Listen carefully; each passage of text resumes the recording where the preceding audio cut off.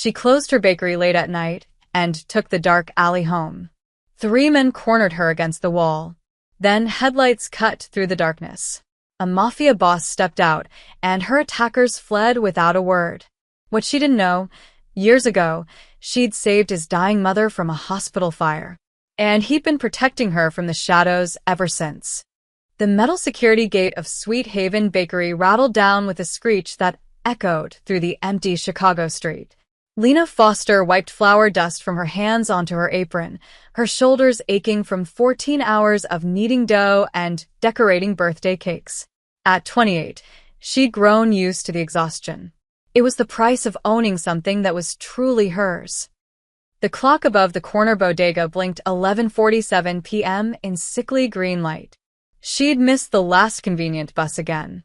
The next one wouldn't come for another 40 minutes, which meant either waiting under the flickering streetlight with the junkies and rats, or cutting through the alley behind Morelli's old warehouse to catch the express line on Madison Street. Lena chose the alley. She always chose the alley. Her sneakers splashed through a puddle that smelled like motor oil and regret.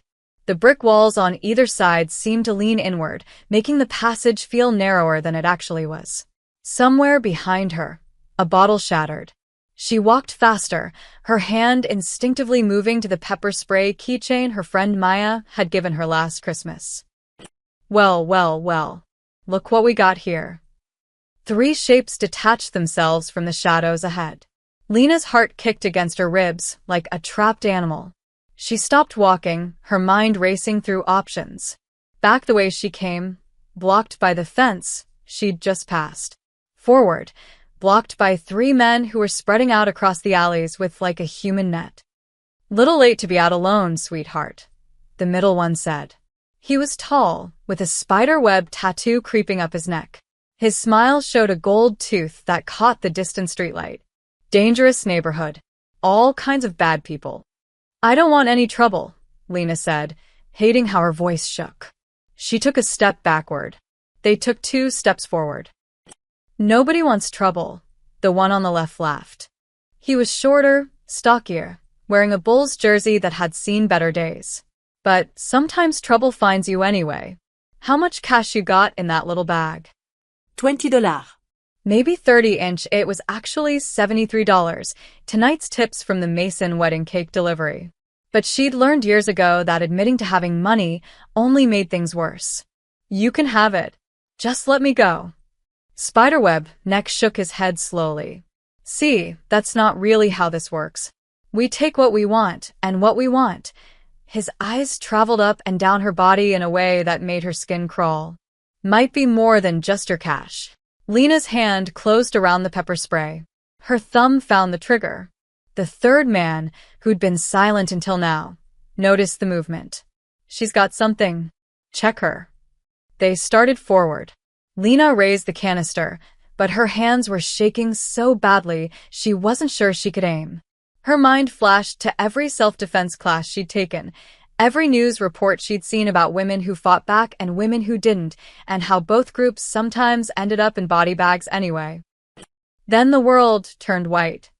Headlights, bright, blazing, expensive headlights, sliced through the darkness like a knife through butter. A car engine purred with the kind of low, predatory rumble that cost more than Lena made in a year. The 3 men froze like deer caught on a highway. A black Mercedes S-Class rolled to a stop at the alley's entrance, blocking their escape route. The headlights remained on, high beams painting everything in harsh shadows. For several seconds, nothing happened. The only sound was the gentle tick of the cooling engine and Lena's ragged breathing. The driver's door opened. A man stepped out, and even in silhouette, Lena could tell he was different. He moved with the fluid confidence of someone who'd never been afraid of anything in his life. Tall, maybe 6'2", with broad shoulders under what looked like a tailored suit. As he walked forward into the light, Lena saw his face. Sharp cheekbones, dark hair swept back, eyes so intense they seemed to glow like a wolf's caught in lamplight. But it wasn't his appearance that made the 3 attackers shrink back against the wall. It was the way he walked. Like he owned not just the alley, but the entire city. like violence was a language he spoke fluently, and he was about to deliver a very short speech. "Gentlemen," the man said, his voice calm and quiet as a whisper in a cathedral. "You seem lost." Spiderweb neck found his courage first, probably because he hadn't lived in Chicago long enough to recognize death when it bought a custom suit. "Mind your business, friend. This doesn't concern." The man raised one hand. Just lifted it, palm out, like a priest offering a blessing. Spiderweb neck's words died in his throat. "Adrian Moretti," the Bulls jersey thug whispered, and the name fell like a stone into still water. "Oh shit. Oh shit, man, we didn't know." So that was his name. Lena had heard it before, whispered in bakery lines and shouted on street corners. Adrian Moretti. The man who ran the South Side like a private kingdom. The one the police couldn't touch because half of them were on his payroll. The one whose name made grown men cross the street. Adrian walked past the three thugs as if they were furniture, stopping directly beside Lena. Up close, she could smell his cologne, something expensive and woody that made her bakery's vanilla extract seem like cheap perfume. He didn't look at her. His eyes stayed locked on the three men. "You hurt what's mine," he said, each word dropping like a hammer blow, "and you disappear. Not arrested. Not hospitalized. You simply cease to exist. Do you understand the distinction?" "We weren't going to hurt her, Mr. Moretti," the stocky one stammered. "Just having a conversation." "You surrounded a woman in an alley at midnight." Adrian's tone didn't rise, but somehow became more terrifying in its steadiness. "In my city. On my street. And you expect me to believe your intentions were honorable?" Silence. The kind that presses against your eardrums. "Leave," Adrian said. "If I see your faces again, any of you, anywhere in Chicago, I'll assume you've chosen to test my patience. And my patience, gentlemen, died a long time ago." They ran. Actually ran, stumbling over each other in their haste to escape, disappearing around the corners so fast that Bull's jersey guy left his shoe behind in a puddle. Lena stood frozen, her pepper spray still clutched uselessly in her hand. Adrian finally turned to look at her, and she saw his eyes were gray, the color of storm clouds or gunmetal or ice. "You work for me now," he said, and it wasn't a question or an invitation. It was a statement of fact, like announcing the sky was blue or water was wet. "What?" Lena's voice came out as a croak. I don't even know you." "That's going to change." He pulled a business card from his pocket and pressed it into her palm. His fingers were warm, slightly rough at the tips. "Tomorrow, 9 a.m. That address. Don't be late." "Why would I?" "Because you're owed," he interrupted quietly. "And I pay my debts. Not because you're owned. Because you're owed. There's a difference, Miss Foster, and you'll learn it." He knew her name. He knew her name. Before she could form another question, Adrian returned to his Mercedes, the door closing with a solid thunk of German engineering. The car glided away, leaving Lena alone in the alley with a business card, $73, and the distinct feeling that her ordinary life had just ended. She looked down at the card. Heavy stock, embossed lettering, Moretti Enterprises. Adrian Moretti, CEO. Beneath it, in smaller print, every debt gets paid. Lena didn't sleep. She sat at her tiny kitchen table in the studio apartment above a laundromat, staring at Adrian Moretti's business card like it might suddenly sprout fangs and bite her. The address printed on it was in Gold Coast, the part of Chicago where people wore their wealth like armor and wouldn't be caught dead eating at her bakery. By 6 a.m., she'd convinced herself not to go. By 7 a.m., she'd changed her mind. By 8 a.m., she was standing in the shower, arguing with herself while hot water turned her skin pink. He's saved your life. The least you can do is hear him out. He's a criminal. Everyone knows what he does. He also said you're owed something. What if it's important? At 8:47 a.m., Lena stood outside Sweet Haven Bakery, keys in hand, and froze. The security gate was already up. Not just up, gone. Replaced by a new one that gleamed silver in the morning sun, with an electronic keypad where her old rusty padlock used to hang. Through the window, she could see movement inside. Multiple people, working. What the hell? She rushed forward, shouldering through the door that now opened smoothly instead of sticking like it had for 3 years. Her bakery was full of strangers. 6 men in work clothes were everywhere, one on a ladder replacing the ancient fluorescent lights with modern fixtures, 2 repainting the water-stained back wall in a crisp cream color, another installing new shelving where her warped wooden boards used to sag. The display case had been replaced with a gleaming glass model that probably cost more than her monthly rent. "Stop," Lena shouted, dropping her purse. "Stop right now. Who are you people?" A man in a charcoal suit appeared from the back room, holding a clipboard. He was older, maybe 60, with silver hair and the kind of calm expression that suggested he'd seen everything twice. "Miss Foster. Good morning. My name is Vincent. Mr. Moretti sent us to make some necessary improvements." "Necessary?" Lena sputtered. "He can't just break into my business and redecorate." "We didn't break in. We had keys." Vincent produced a set identical to hers. "Mr. Moretti owns the building." The words hit like cold water. What? The property deed transferred to Moretti Enterprises 8 months ago. The previous landlord, Mr. Chen, sold his holdings when he retired to Florida.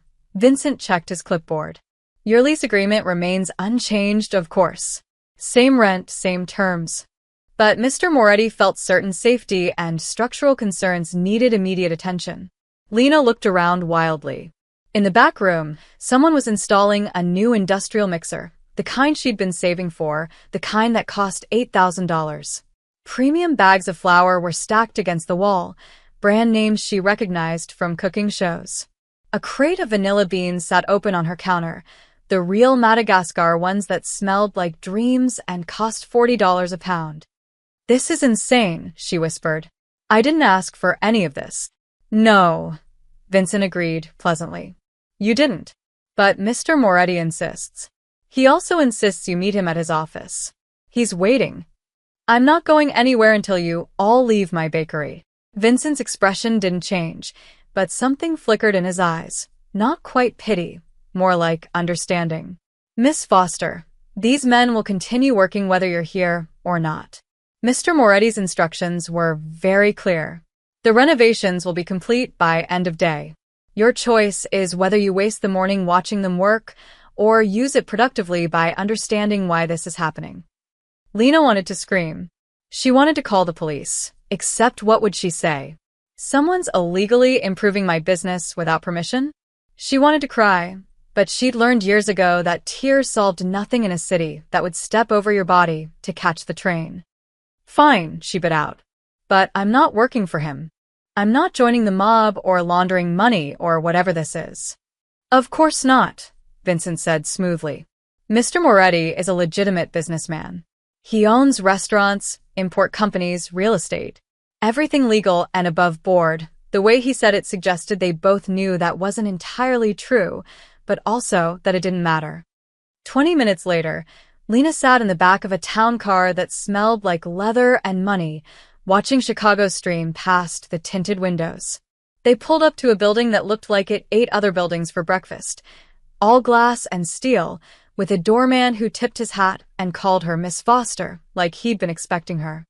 The elevator rode so smoothly she barely felt it move. 37th floor. The doors opened onto an office that could have fit her entire bakery inside it twice. Floor-to-ceiling windows overlooked the lake, where morning sun turned the water into hammered copper. Adrian Moretti stood with his back to her, hands in his pockets, watching the city. He didn't turn when she entered. "You can't do this," Lena said, her voice stronger than she felt. "You can't just take over my life." "I'm not taking over anything." He turned finally, and in daylight, she could see details she'd missed last night. The thin scar above his left eyebrow, the gray threading through his dark hair at the temples, the way his suit probably cost more than her car. "I'm paying a debt." "What debt?" "I've never met you before last night." Adrian walked to his desk and picked up a folder. "Sit down, Miss Foster. It's time you learned what you're owed, And why protecting you isn't charity, his expression softened almost imperceptibly. It's the least I could do for the woman who saved my mother's life. The words made no sense. Lena stood frozen, her mind racing through memories, searching for a connection that couldn't possibly exist. I think, she said slowly, you have the wrong person. No, Adrián replied. I don't. Lena sat because her legs suddenly felt unreliable. Adrian placed the folder on the desk between them, but didn't open it yet. Instead, he walked to a small table by the window where silver coffee service sat waiting. Coffee, he asked. Answers, Lena countered. I want answers, not coffee. You can have both. He poured 2 cups anyway, adding cream to one without asking. Somehow he knew she took cream. He knew too many things about her, and each piece of knowledge felt like an invasion she hadn't consented to. He set the cup in front of her and finally opened the folder. Inside were photographs, old ones, the kind printed on actual paper instead of trapped in phones. He slid one across the desk. 4 years ago. St. Catherine's Hospital. Do you remember? Lena picked up the photo with trembling fingers. It showed a woman, maybe 60, with dark hair going silver, lying in a hospital bed. She was unconscious, oxygen tubes in her nose, burns visible on her arms. But it was her face that made Lena's breath catch. She swallowed hard. The fire. The East Wing fire. You remember, it wasn't a question. The memories came flooding back, sharper than she expected. She'd been 24 then, working double shifts at St. Catherine's as a dietary aide to pay for culinary school. It was late, almost midnight, and she'd been delivering meal trays to the night nurse's station when the fire alarm screamed to life. Not a drill. Real smoke, thick and black, pouring from the electrical room like a living thing. Everyone evacuated, Lena heard herself saying, her voice distant. The nurses, the doctors, they were moving patients. But the elevators were shut down, and the East Wing stairs were already blocked. There was a woman. She looked up sharply. Room 412. Adrian's jaw tightened almost imperceptibly. My mother, Isabella Moretti. She'd had surgery that morning. She was still sedated, couldn't walk. The details crystallized in Lena's mind like frost on glass. Everyone was focused on the West Wing, because that's where most patients were. But I delivered her dinner tray earlier, and I remembered. You went back, Adrian finished quietly. While everyone else ran out, you ran in. Lena set down the photo, her hands shaking. The smoke was so thick. I couldn't see anything. I crawled on the floor like they teach you in school, felt my way along the wall. Found her room. She was still in bed, unconscious. She closed her eyes, remembering the weight of the woman against her shoulders, the way her lungs had burned with every breath. I got her to the service stairs on the south side. The ones the maintenance staff use. Dragged her down 3 flights. You dislocated your shoulder, Adrian said, and there was something raw in his voice now. Tore your rotator cuff. You were in physical therapy for 6 months. How do you? But of course he knew. He knew everything. Adrian pulled out another photograph.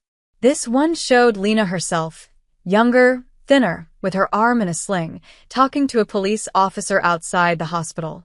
She didn't remember anyone taking that picture. The hospital put you on medical leave, Adrian continued. Paid for your initial treatment, but not the physical therapy you needed. You couldn't afford it on your own. Lost your job because you couldn't perform the physical requirements anymore. He looked directly at her. You also lost your tuition money for culinary school because you had to pay medical bills instead. Tears burned behind Lena's eyes. Those had been dark months. Painful months. The months when she'd learned that heroism didn't pay rent and courage didn't heal torn muscles. Your mother survived, Lena said. It came out as a question. She lived for 2 more years. Good years. She got to meet her first grandchild. Attended my sister's wedding. Baked Christmas cookies one last time. Adrian's expression softened. 2 years we wouldn't have had without you. She died peacefully in her sleep, not screaming in a fire. I didn't do it for a reward. I know. He pushed the folder closer. That's why you deserve one. After she died, I tried to find you, but you'd moved. Changed apartments 3 times. The hospital wouldn't give me information, privacy laws. It took my people 8 months to track you down. Lena opened the folder fully. Inside were documents, bank statements, payment receipts, business licenses. Her hands froze when she saw the amounts. The bakery startup loan you got 3 years ago, Adrian said. The one from that small business grant program that seemed too good to be true? I funded it through a shell company. The rent on your apartment, 30% below market rate because your landlord's property taxes mysteriously decreased? I bought the building. The premium flour supplier who gives you wholesale prices normally reserved for restaurants? One of my companies. Lena couldn't finish the sentence. Paying you back. From a distance. Keeping you safe without interfering in your life, he leaned forward. Until last night, when staying distant wasn't an option anymore. Why didn't you just tell me? Because the kind of gratitude I owed you doesn't come with strings attached. Adrian's gray eyes held hers. And because the moment you knew who I was, you'd become a target. Anyone who wants to hurt me would see you as leverage. I was trying to protect you from that. But last night, those men forced my hand. They cornered you in my territory. If I'd driven past, if I'd done nothing, they would have hurt you, his voice hardened. And I would have failed my mother's memory. So now we're here, and you need to understand something, Miss Foster. Lena waited, her heart pounding. Your bakery contract with my restaurants is real. The work is real. But more than that, you're under my protection now, whether you want it or not. Because the people who want me dead just learned you're important to me, he stood, buttoning his suit jacket. And in my world, that knowledge is a death sentence unless I make it very clear what happens to anyone who touches you. Lena spent the rest of that day in a fog. She signed the restaurant contract, a legitimate agreement to supply pastries to 3 high-end establishments Adrian owned downtown. The terms were generous, but not suspiciously so. Everything looked legal, professional, normal. Except nothing was normal anymore. She returned to Sweet Haven late afternoon to find the renovations complete. Her bakery looked like something from a magazine spread, gleaming equipment, perfect lighting, new tile floors that didn't crack under her feet. The workers were gone, but Vincent had left a new set of keys on the counter along with a note. The security system is armed. Code is 1018. Your mother's birthday, I believe. Lena crumpled the note, fighting the urge to scream. He knew her mother's birthday. Of course he did. For 3 days, life proceeded with an eerie calm. She baked in her transformed kitchen, delivered orders to Adrian's restaurants, avoided thinking about the fact that her entire existence had been carefully curated by a man she'd met once 4 years ago, without knowing it. On the 4th night, she stayed late perfecting a new recipe, lavender honey scones for a wedding order. The street outside was quiet, the kind of quiet that settles over Chicago neighborhoods after the bars close but before the early commuters wake. She was locking up when she noticed them.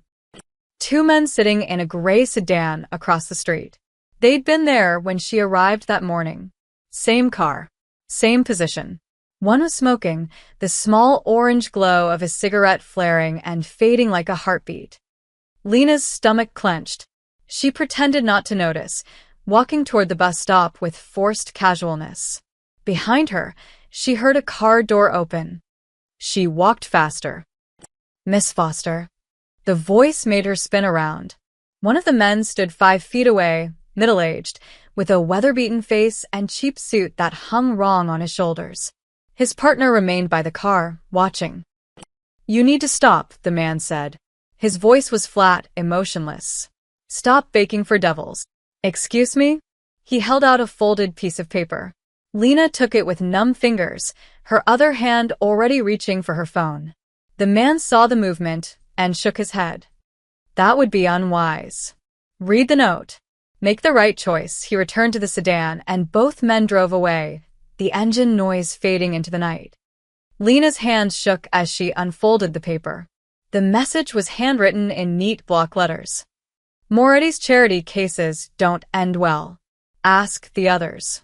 Stop working for him before you're another headline.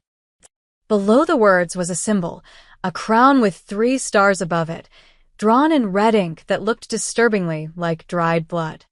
Lena ran the 4 blocks to her apartment and triple-locked the door behind her. She sat on her bed, staring at the note, her mind racing through options. Call the police? And say what? That someone left her a vague, threatening message? Go to Adrian? And confirm she was exactly the kind of liability he'd predicted? At 2 a.m., she made her decision. She took a photo of the note and texted it to the number on Adrian's business card. The response came within 60 seconds. Stay inside. Lock your doors. Someone will be there in 10 minutes. It was actually 8 minutes. The knock was quiet but firm. Lena checked the peephole and saw Vincent, looking unnervingly alert for the middle of the night. May I come in? He asked when she opened the door. Her apartment suddenly felt tiny with him in it. He studied the note without touching it, his expression carefully neutral. Where did you encounter these men? Outside the bakery. They were waiting in a car. Description. She told him everything she could remember. The gray sedan, the cheap suits, the way the smoker had a tattoo on his left hand that might have been a cross or a dagger. Vincent made a phone call, speaking quietly in Italian. When he hung up, he looked at her with something that might have been respect. Mr. Moretti wants you to come to his residence. He says you'll be safer there. No, the word came out sharper than she intended. I'm not running to him every time something happens. I've been taking care of myself for a long time. Miss Foster, does he know what this symbol means? She pointed to the crown and stars. Vincent hesitated, which told her everything. Yes. Then tell him to meet me at the bakery tomorrow morning. Early. 6 a.m. She crossed her arms. And tell him to come alone. If this is about me, I deserve to know the truth without an audience of bodyguards. That's not advisable. I don't care what's advisable. I care about what's happening and why. Lena moved toward the door. A clear dismissal. 6 a.m. Vincent. Make sure he's there. After Vincent left, Lena didn't sleep. She researched instead, using her phone to search for the symbol. The crown with 3 stars appeared in several old news articles, gang markings, territorial disputes, a string of unsolved murders from 15 years ago. All connected to one name, the Romano family. By dawn, she'd learned enough to be terrified. The Romanos had controlled the South Side before Adrian's rise to power. Their feud was legendary in Chicago's criminal underworld, brutal, bloody, supposedly ended a decade ago when the Romano patriarch died in federal prison.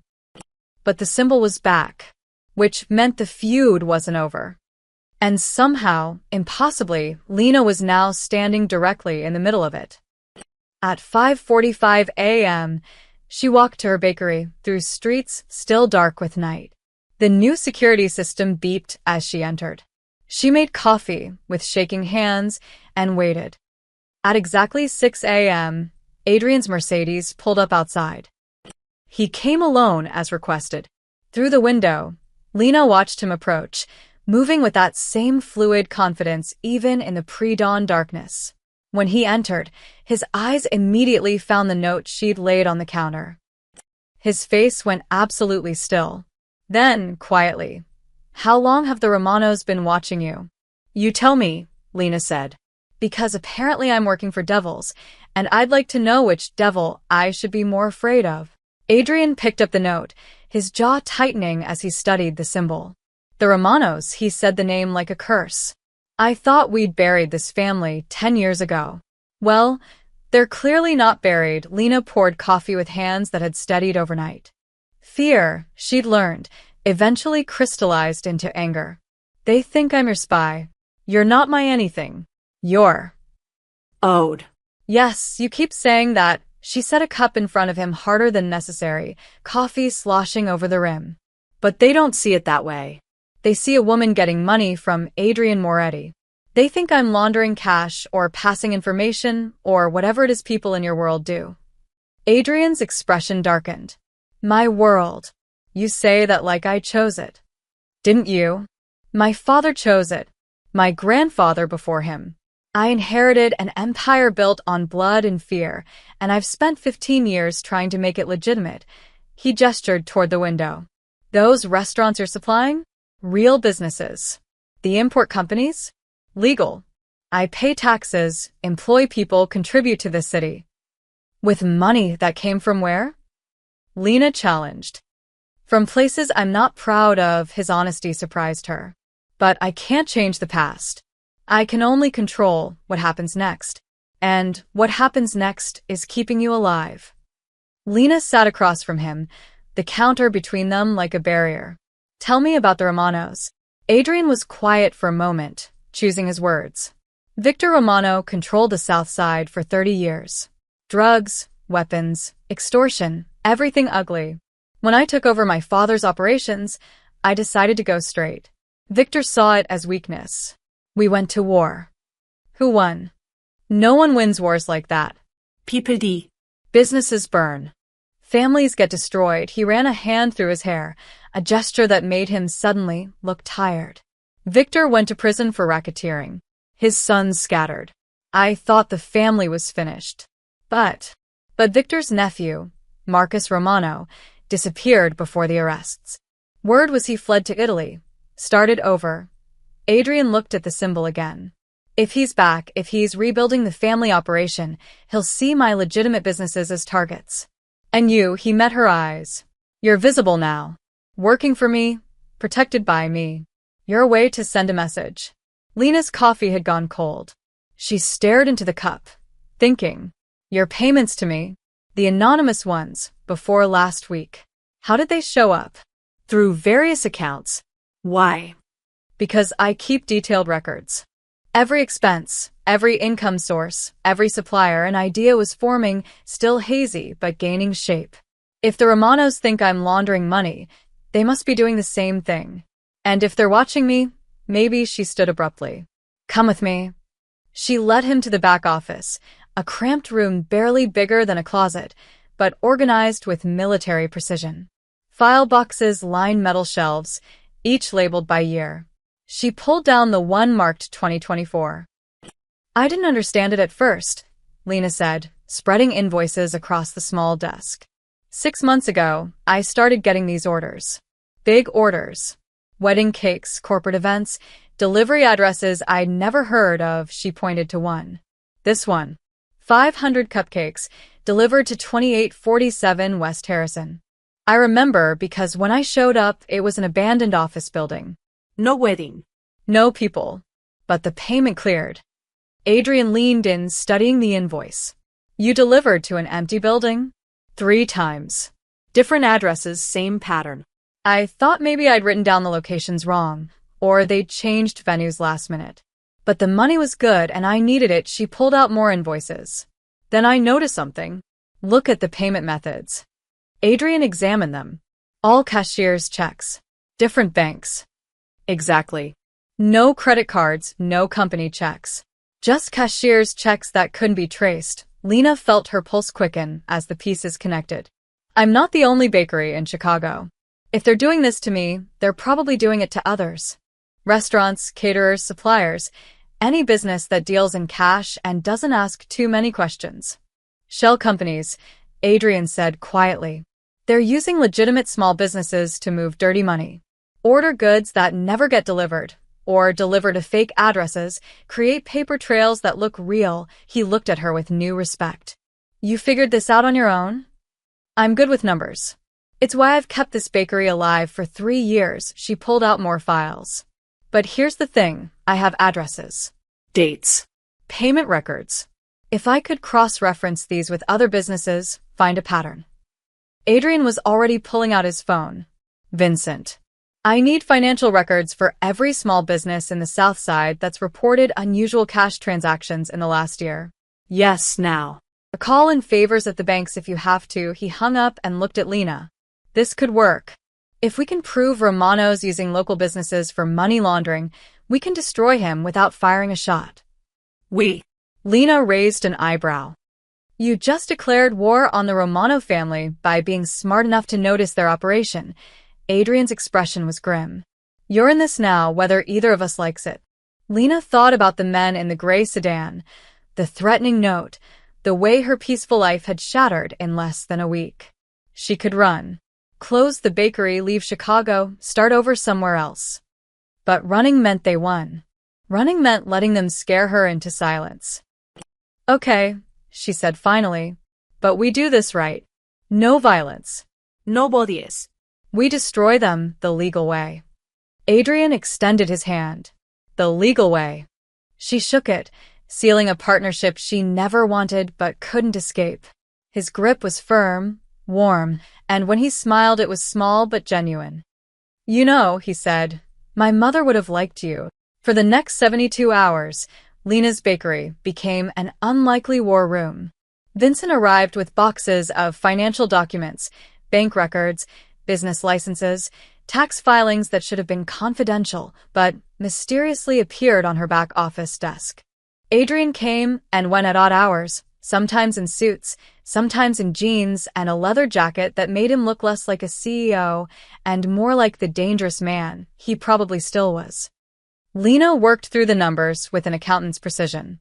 She cross-referenced her fake orders against 50 other small businesses, restaurants, catering companies, flower shops, even a funeral home.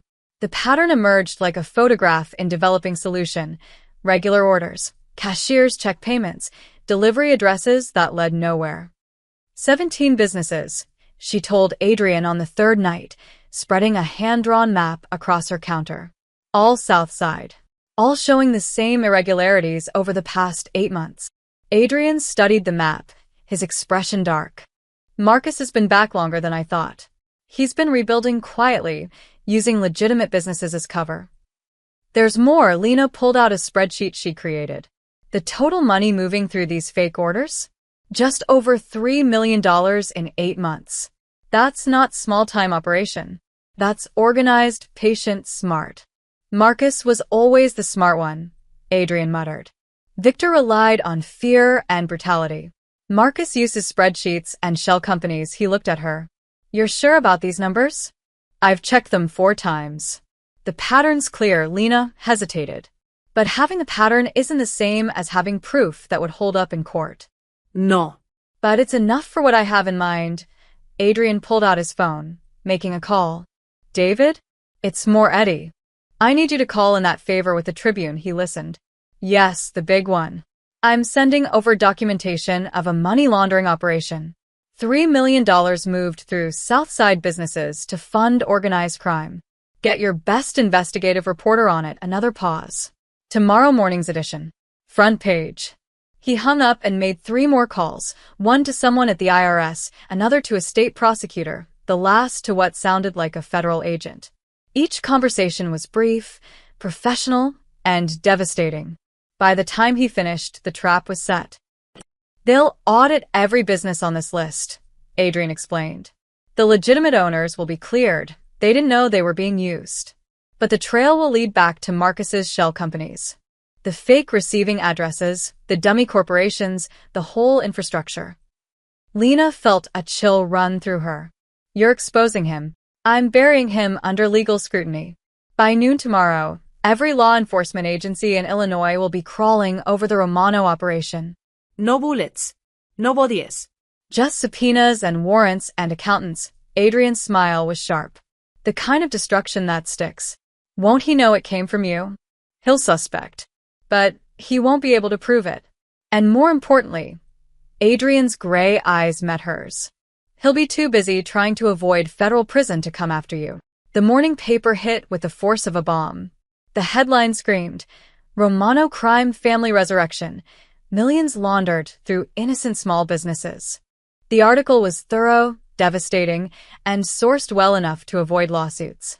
By 10 a.m., 2 federal agencies had issued statements about ongoing investigations. By noon, 3 Romano lieutenants had been arrested. Lena watched it unfold on her phone while pretending to work, her hands mechanically kneading dough while her mind raced. Adrian had done exactly what he promised, destroyed his enemy without violence, using information as a weapon sharper than any knife. Around 2 p.m., Vincent appeared at her door. Mr. Moretti asked me to check on you. Make sure no one's bothered you. Ideation. It's been quiet too quiet, actually. The gray sedan hadn't returned. No more threatening notes. Is it really over? The Romano family's accounts are frozen. Their properties are under investigation. Marcus Romano is likely on a plane to somewhere without extradition treaties. Vincent allowed himself a small smile. You've done what Mr. Moretti's men couldn't do in 10 years of street wars. You made them afraid of something they couldn't shoot or threaten. The law, Lena said quietly. Precisely. The IRS doesn't care how tough you are. Tax fraud doesn't care about your connections. You found a weakness no one else saw, he set an envelope on her counter. Mr. Moretti wanted you to have this. After Vincent left, Lena opened the envelope.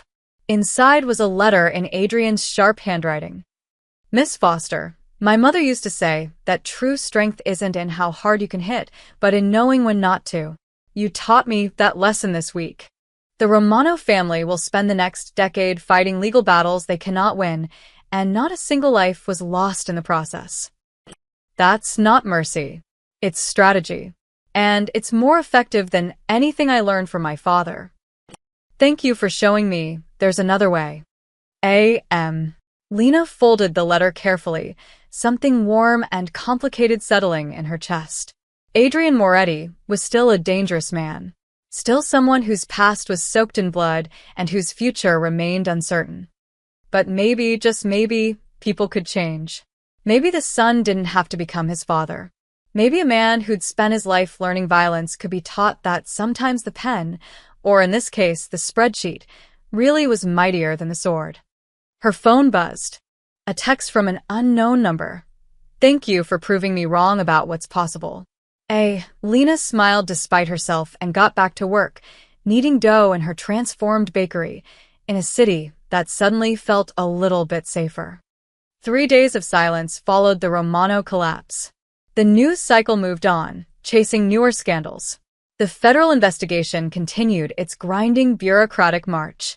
Lena returned to something resembling normal life, baking, delivering orders, trying not to think about money laundering and organized crime. Then Adrian showed up at closing time with blood on his shirt. Not a lot. Just a dark stain spreading across the white fabric beneath his jacket, partially hidden but unmistakable once Lena noticed. He walked in like nothing was wrong, moving with that same fluid confidence, but she saw him favor his left side. You're bleeding, she said, dropping the tray she'd been cleaning. It's nothing, he waved dismissively. I came to finalize next month's delivery schedule. You're bleeding, Lena locked the front door and flipped the sign to closed. Sit down before you fall down. Miss Foster. It's Lena. And sit, she pointed to a chair with enough authority that he actually obeyed, which told her the injury was worse than he'd admit. What happened? Disagreement with some associates. Adrian started to shrug, then winced. They had concerns about my recent business decisions. I addressed their concerns by getting stabbed. Cut. There's a difference. He finally relented when she just stared at him. It's a graze. Barely broke the skin. Lena grabbed her first aid kit from the back office, the extensive one she'd bought after burning herself badly on an oven rack last year. Take off your jacket. That's not necessary. Adrian, she used his first name deliberately, watching his eyes flicker with something she couldn't quite read. You came to my bakery bleeding instead of going to a hospital or calling Vincent. That tells me you either can't go to a hospital or you don't want to. Either way, let me help. He studied her for a long moment, then slowly removed his jacket and unbuttoned his shirt.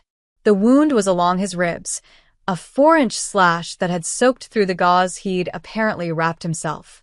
Not deep enough for stitches, but definitely more than barely broke the skin.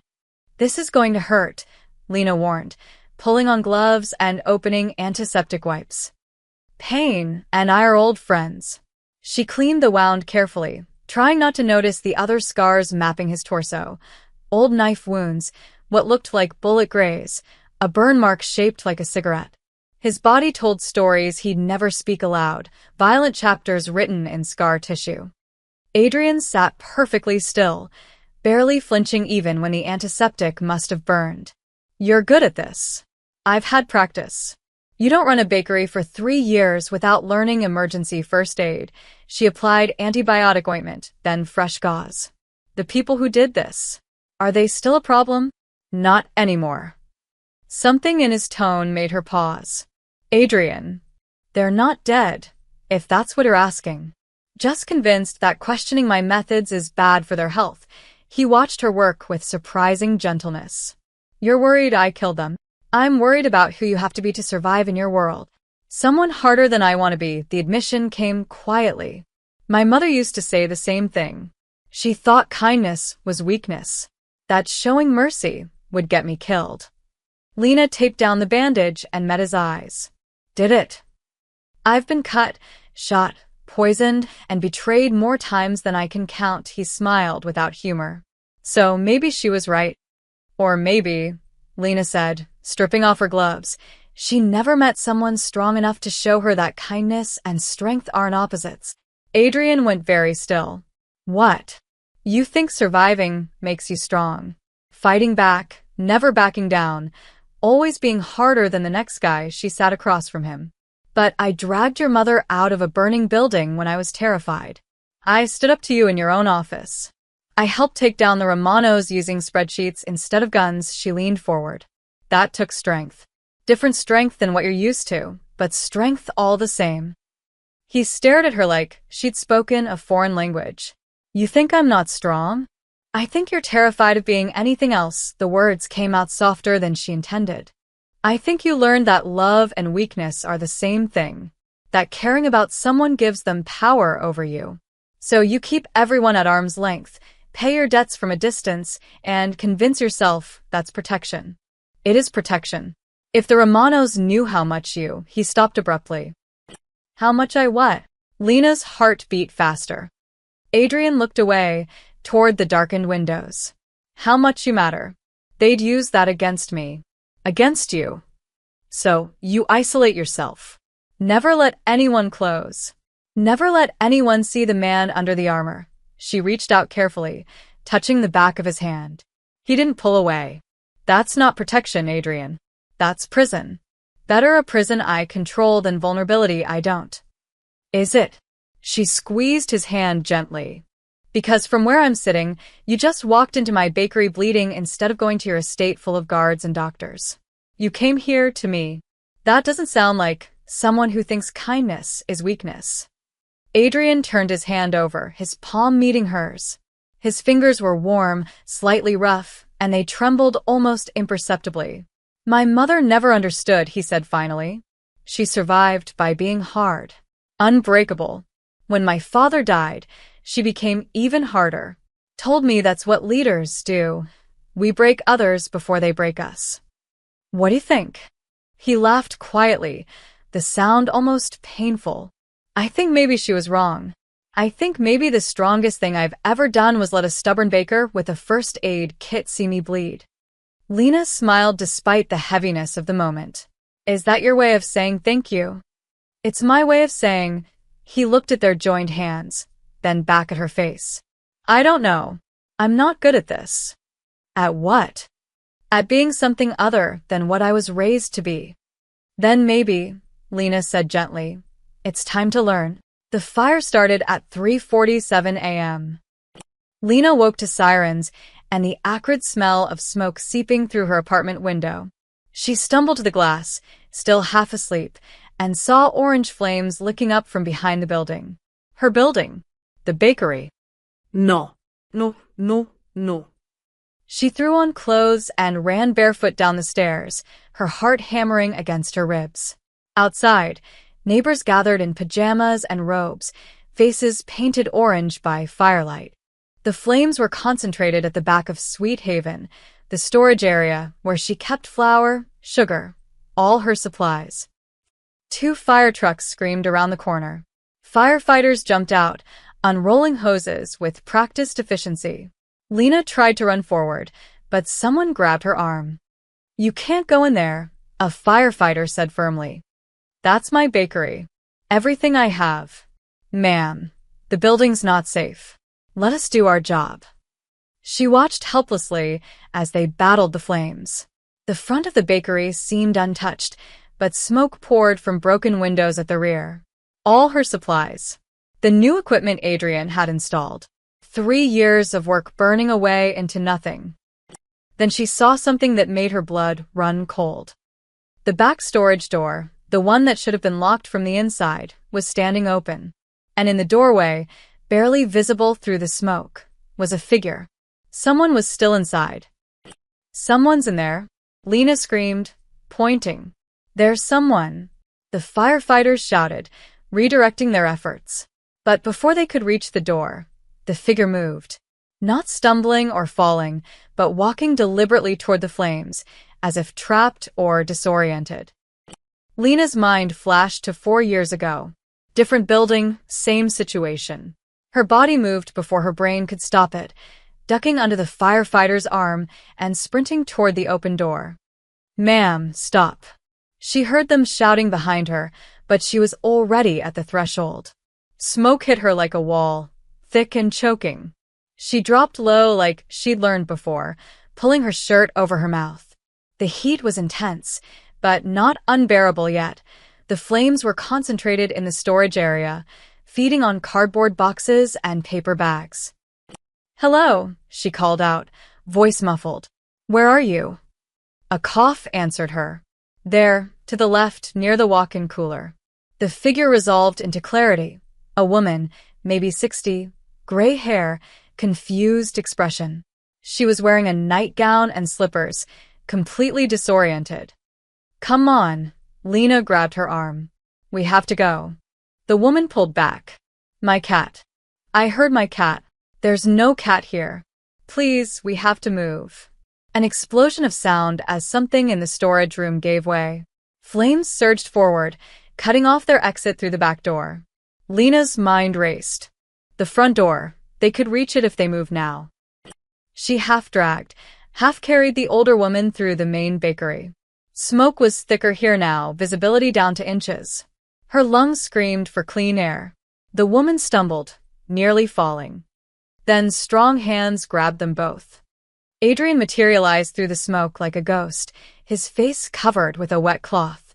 He didn't speak, just lifted the older woman over his shoulder and grabbed Lena's wrist, pulling them toward the front entrance. They burst through the door as firefighters rushed in behind them. Cool night air hit Lena's face, and she collapsed onto the sidewalk, coughing violently. Adrian set the woman down gently, already checking her for injuries. "What the hell were you thinking?" he demanded, turning to Lena. His voice was rough with smoke and fury. "You could have died." She was inside. Lena gasped between coughs. "I couldn't just." She wandered in from the senior home next door. A firefighter interrupted, kneeling beside the confused woman. "Mrs. Chun has dementia. She does this sometimes," he looked at Lena. "You saved her life, but that was incredibly reckless." Adrian pulled Lena to her feet, his hands gripping her shoulders. "Don't ever do that again. You did the same thing." "That's different." "How?" "How is it different?" She coughed again, her throat raw. Adrian's expression shifted from anger to something more complicated. "Because if something happened to you," he stopped, jaw clenching. "Just don't." Paramedics arrived, checking them both for smoke inhalation. Mrs. Chin was loaded into an ambulance, confused but alive. The fire was under control now, mostly extinguished, leaving behind smoke damage and the acrid smell of burned supplies. Vincent appeared at Adrian's side, his usual calm replaced by barely contained rage. The fire was deliberately set. Accelerant on the storage boxes. Security cameras were spray-painted over an hour before it started. "Romano's people," Adrian said flatly. "The ones who scattered when the investigation started." "Revenge," Lena whispered. Her legs felt weak. "Desperate revenge." Adrian's expression went cold and hard. "They can't touch me directly anymore, so they're trying to hurt what He caught himself. "What I'm protecting." Vincent's phone buzzed. He answered, listened, and his face went grim. "We found them. 3 men, staying at a motel on the highway. They're bragging about it on social media, trying to rebuild Romano reputation." Adrian started toward his car, his intentions clear. Lena grabbed his arm. No. He turned to her, eyes blazing. They tried to kill you, and Mrs. Chen, and you. And they failed, she held his gaze, refusing to let go. You said you were done cleaning your hands with fire. You said there was another way. That was before. Before what? Before they proved they're desperate and stupid? She stepped closer. Adrian, if you go after them now, you become what they say you are. Everything we did with the legal approach, all of it means nothing. So, I just let them walk away? No, Lena's voice was steady despite her shaking hands. You turn them in. Give the evidence to the police. Let them face arson charges, attempted murder charges. Let the system you're trying to become part of actually work. Adrian stared at her for a long moment. Vincent waited, silent. The sirens continued their wailing backdrop. Finally, Adrian turned to Vincent. Call Detective Morrison. Tell him we have information about the fire. Give him everything. Names, location, evidence. His voice was strained, like each word cost him. And make sure those men are arrested before I change my mind.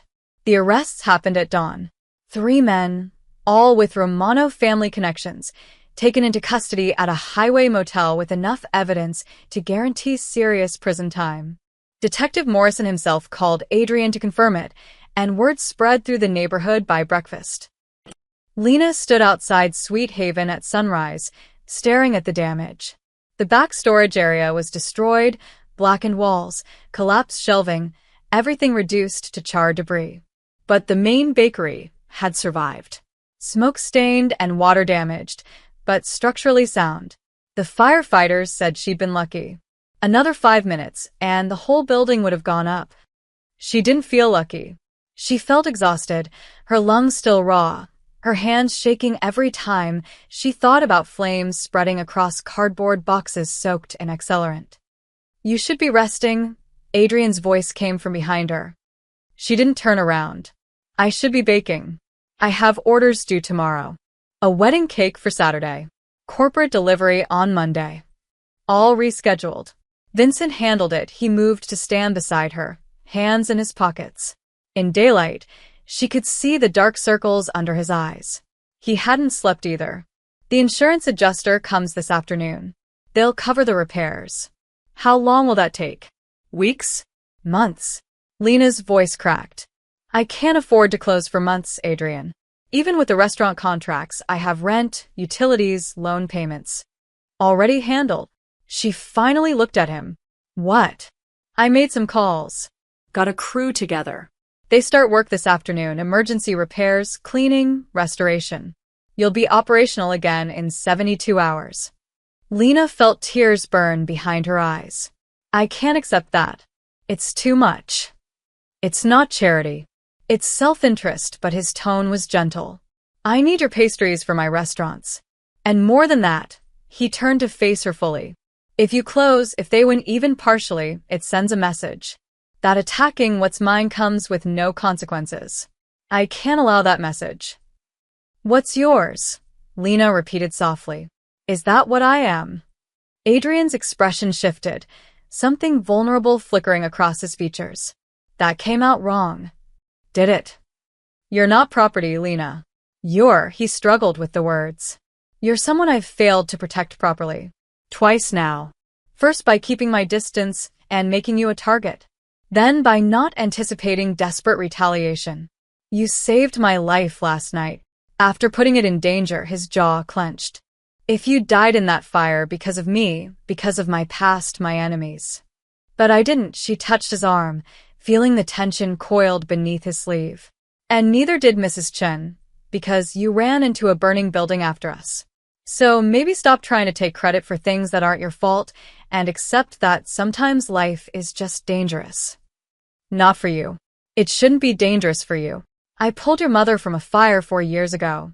I work in a neighborhood where 3 men thought cornering me was acceptable. I'm a woman in America, Lena smiled without humor. Life's been dangerous long before you showed up, Adrian. At least now I have someone who gives enough of a damn to run into the flames after me. He looked at her with an intensity that made her breath catch. You matter, he said quietly. More than you should. More than is wise. When I saw that fire, when I couldn't find you, he stopped, looking away. I've lost people. My father to a rival's bullet.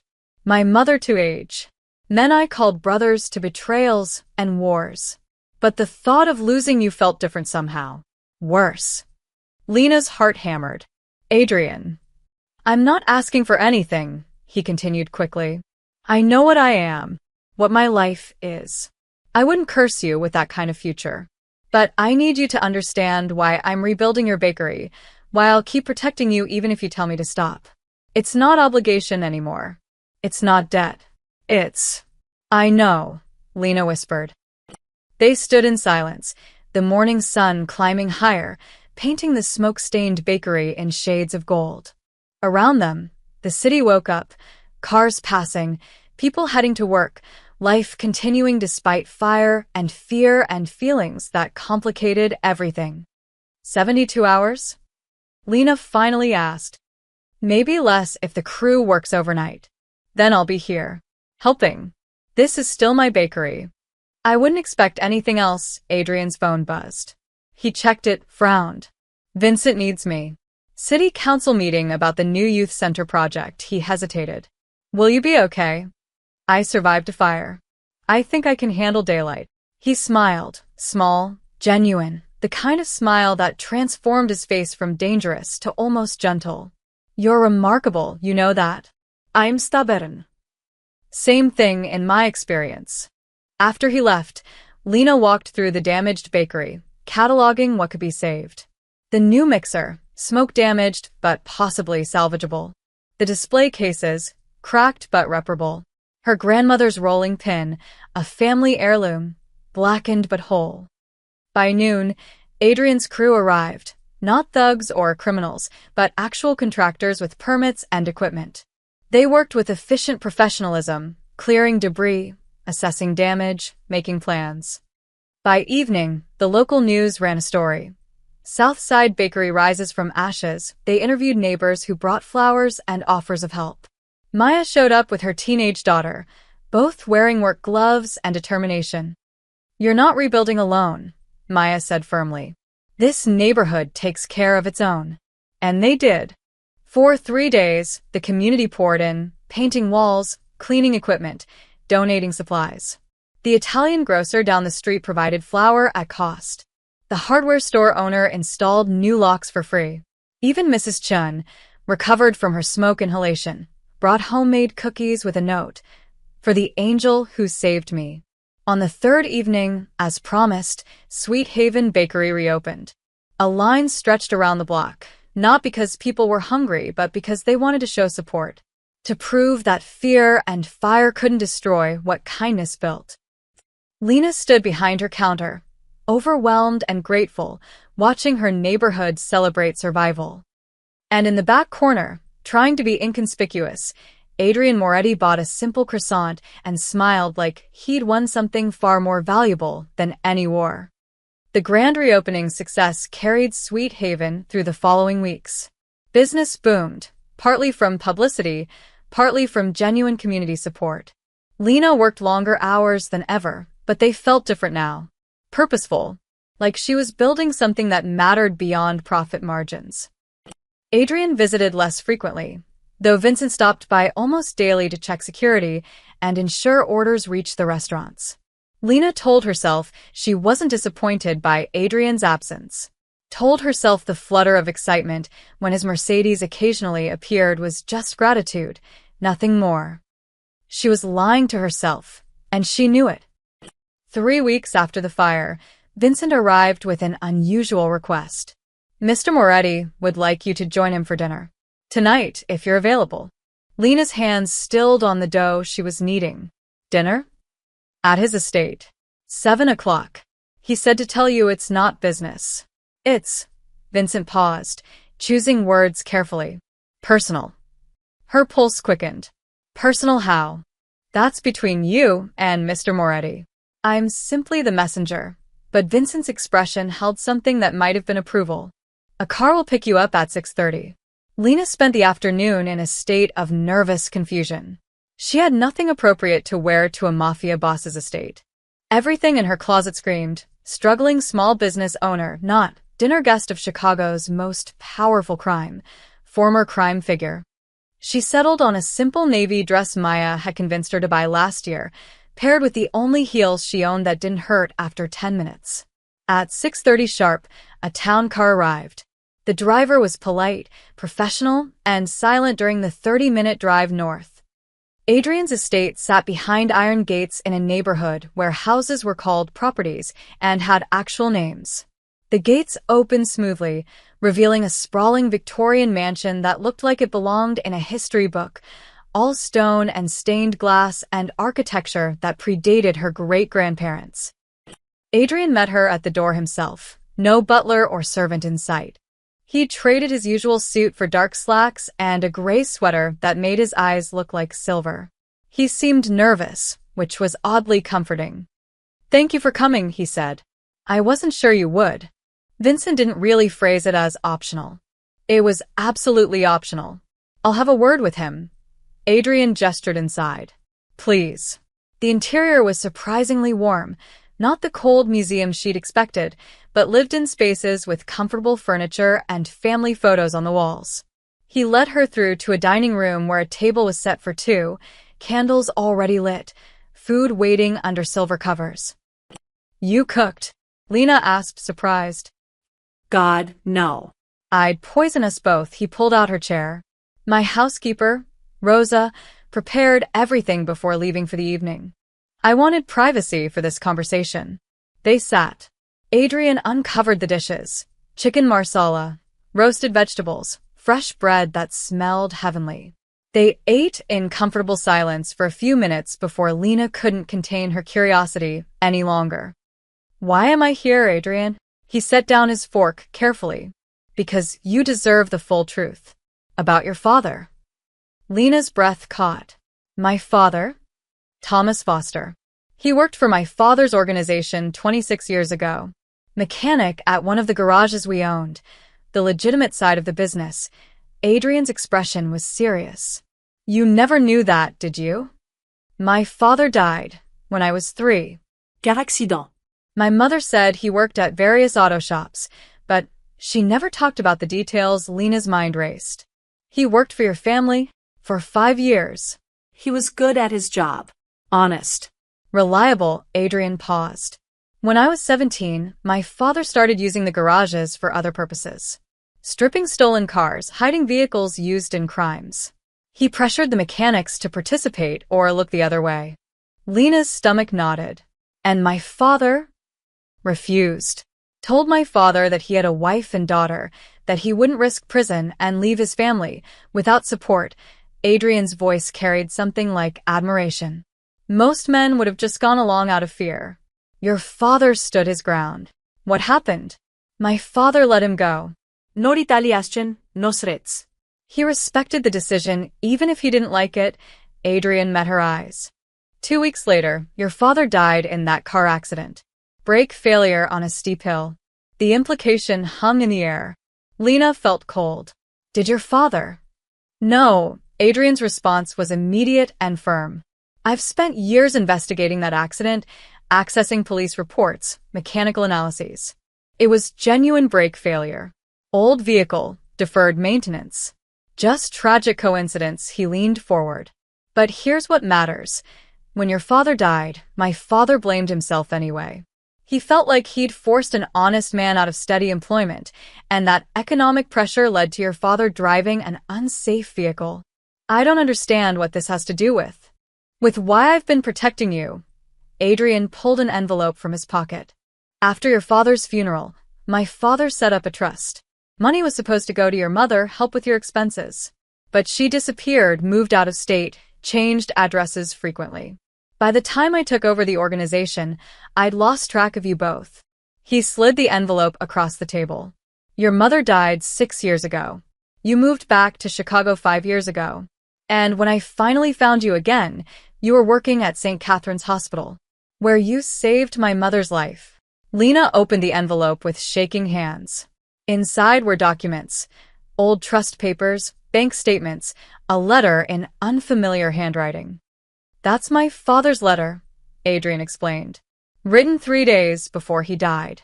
He never sent it because he couldn't find your mother, but he wrote it anyway, his voice softened. Read it. Lena unfolded the yellowed paper. Mrs. Foster, your husband was one of the few honest men I've known. His integrity cost him his job, and I will carry that regret to my grave. This trust is inadequate compensation for your loss, but please accept it as acknowledgement that good men deserve better than the world gave Thomas Foster. My hope is that his daughter grows up knowing her father chose honor over ease. That's a legacy worth more than any amount of money. Dominic Moretti. Tears blurred Lena's vision. I never knew any of this. Neither did I, until after my father died, and I found his personal papers. By then, I was trying to go legitimate, distance myself from the old ways. Adrian's expression was raw with honesty. Finding you again, learning you'd saved my mother, it felt like the universe giving me a chance to repay a debt that crossed generations, to honor both my father's regret and your father's integrity. So, everything you've done, started as obligation, became something more. He reached across the table, his hand stopping just short of touching hers. Your father refused to compromise his principles even when it cost him everything. You ran into a burning building to save a stranger. You stood up to me when most people are too afraid to make eye contact. You taught me that strength and kindness aren't opposites. Lena wiped her eyes. My father would have liked you, I think, the you that you're becoming. I hope so. Adrian finally took her hand, his grip warm and solid. Because I'm trying to be the kind of man who deserves someone like you in his life. Not as a debt or obligation, but as, he paused, vulnerable, as something real. Outside, night had fully fallen. Inside, two people sat together, connected by tragedy and choice, by past debts and present possibilities, by everything they'd survived to reach this moment. I'd like that, Lena said softly. Something real. Adrian smiled, genuine, unguarded, free of the armor he usually wore. Then let's start there. The months that followed felt like discovering a new language, one where trust was built in quiet moments rather than grand gestures. Adrian visited the bakery more frequently, always finding excuses, checking on supply orders, discussing restaurant menus, bringing feedback from customers. They both knew these were pretexts for spending time together, and neither pretended otherwise. He learned that Lena woke at 4 every morning, that she hummed while kneading dough, that she donated day-old pastries to the homeless shelter without telling anyone. She learned that Adrian read poetry late at night, that he anonymously funded 3 youth programs, that his ruthless reputation masked someone who'd never learned it was safe to be soft. They didn't label what was growing between them. Labels felt limiting, premature.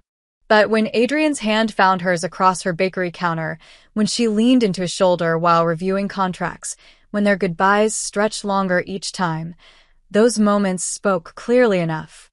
Winter arrived early that year, bringing snow that transformed Chicago into something clean and beautiful. Lena was closing up on a Saturday evening, humming Christmas carols while wiping down counters, when Adrian appeared at her door. He wasn't alone.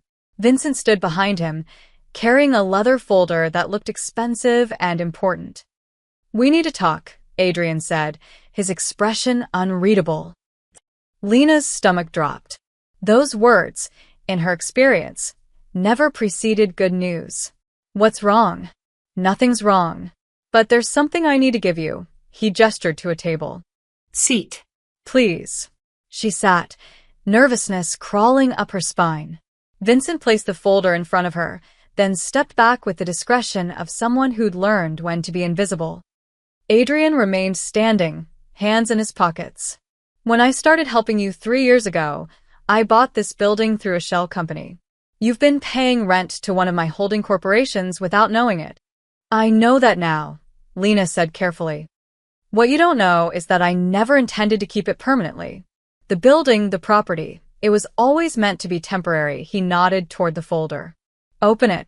Lena's hands shook as she opened the leather cover. Inside were legal documents, dense with terminology she didn't fully understand. But certain words jumped out. Deed transfer, property rights, full ownership. I don't understand. It's yours, Adrian's voice was quiet but firm. The building, the land beneath it, everything.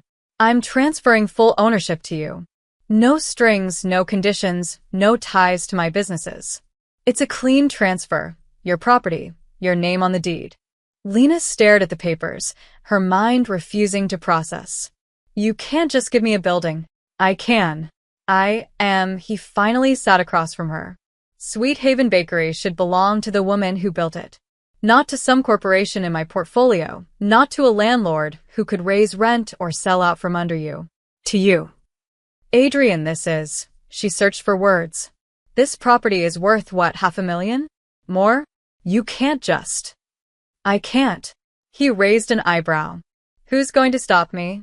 Basic sense. Logic. The fact that this is insane. Lena pushed the folder back toward him. I can't accept this. It's too much. Adrian pushed it back. You cover my mother in ash and smoke to drag her from a fire. You nearly died saving her. You think a building is too much payment for someone's life. That's not why I saved her.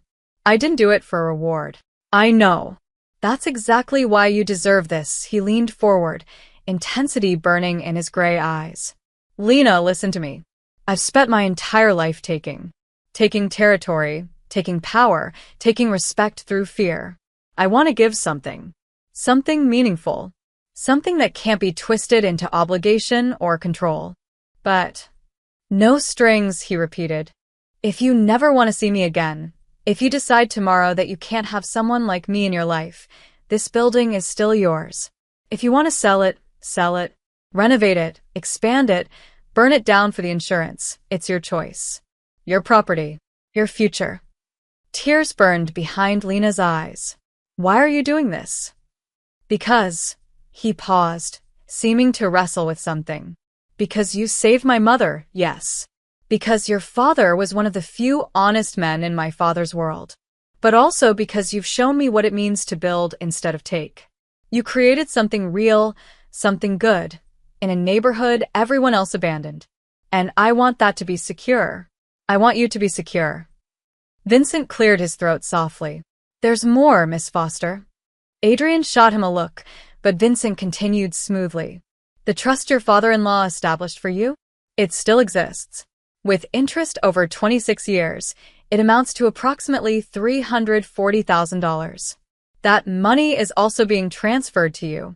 No legal complications, fully documented, entirely legitimate. Lena couldn't breathe. The numbers were incomprehensible, life-changing, terrifying. I don't know what to say. Say you'll accept it. Adrian's hand covered hers on the table. Say you'll let me do this one good thing.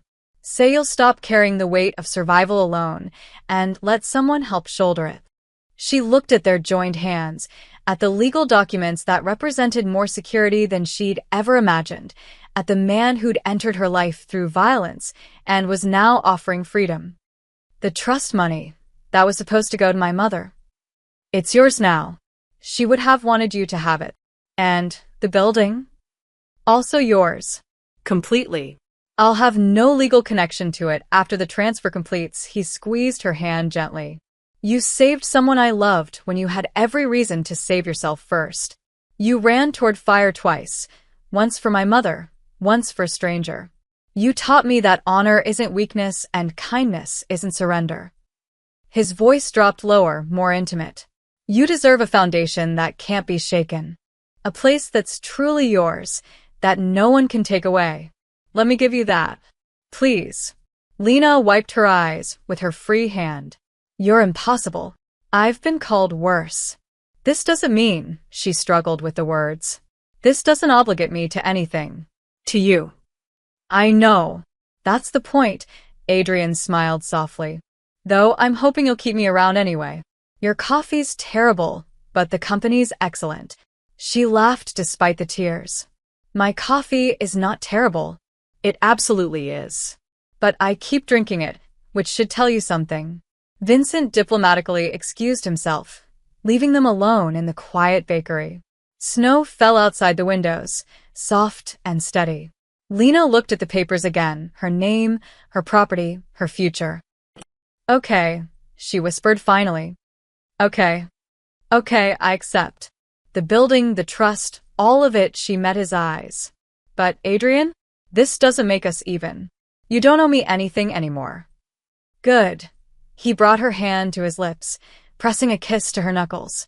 Because what comes next, I want it to be choice. Not debt. Not obligation. Just two people who found something unexpected in a dark alley and decided it was worth keeping. Something unexpected, Lena repeated, smiling through tears. That's one way to put it. Do you have a better description? She thought about fires and spreadsheets, about fear and trust, about a man learning to be soft and a woman learning to accept help. About foundations built from ash and futures created from choice. No, she said softly. Unexpected is perfect. Spring arrived with the kind of gentle insistence that made Chicago remember why people lived there despite brutal winters. Trees budded along the sidewalks, and Sweet Haven Bakery, now officially owned by Lena Foster, mortgage-free, flourished with the season. The property transfer had gone through without complications. The trust money sat in Lena's bank account, mostly untouched except for a donation to the burn unit at St. Catherine's Hospital and new equipment for the shelter where she'd been volunteering. She was still learning to think of herself as someone with financial security, still catching herself calculating prices and pinching pennies from old habit. Adrian had kept his promise. No strines. No pressure. But he also hadn't disappeared from her life.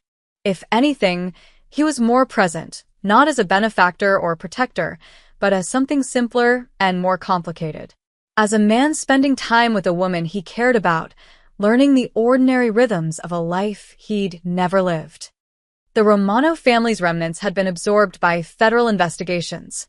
Marcus Romano himself was arrested in Portugal, facing extradition. The men who'd set the fire were serving 8-year sentences. The neighborhood felt safer, though Lena knew safety was always temporary, always fragile. Adrian's legitimate businesses continued to grow. He'd distanced himself further from anything questionable, though Lena wasn't naive enough to believe his past had completely released its grip. Some stains didn't wash out. Some reputations followed you like shadows. But he was trying. That mattered more than she'd expected. It was a Thursday evening in late April when Adrian showed up at closing time without warning. The sun was setting, painting the bakery windows in shades of amber and rose. Lena was boxing up the last pastries for the shelter when he walked in, and something about his expression made her pause. What's wrong? Nothing's wrong, but he seemed uncertain, which was unusual. I wanted to ask you something. Lena set down the pastry box. That sounds ominous. It's not. It's just. He ran a hand through his hair, a gesture she'd learned meant he was uncomfortable. I'm going away for a while. Her heart sank. How long?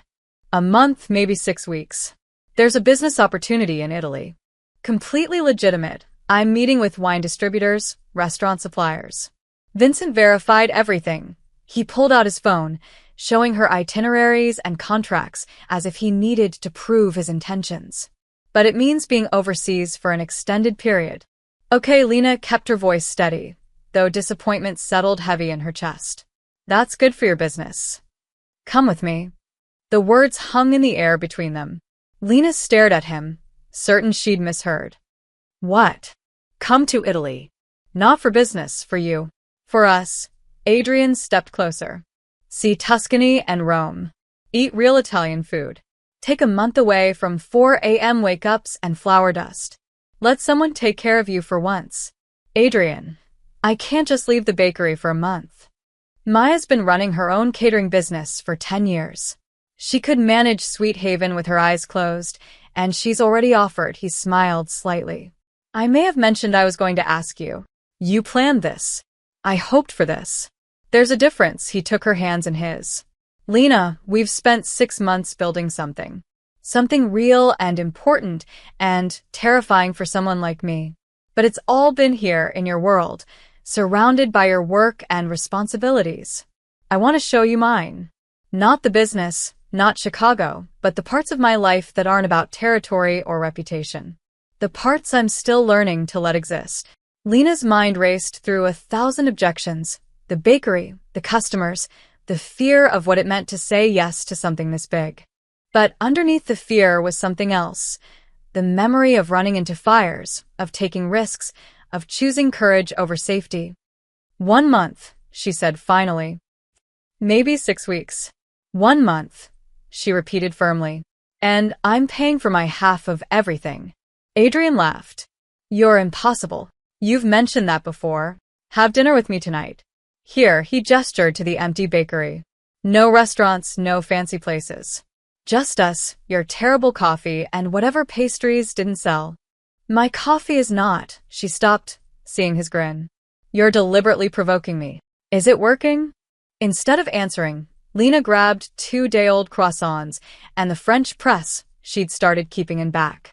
They sat at the same table where she'd once cleaned his wounds, where they'd plotted the Romano's downfall, where so many small moments had accumulated into something neither of them had names for yet. My mother used to love these, Adrian said, tearing off a piece of croissant. She'd buy them every Sunday from a bakery in Little Italy. Not as good as yours, but close. Tell me about her. The real her, not just the woman I saved.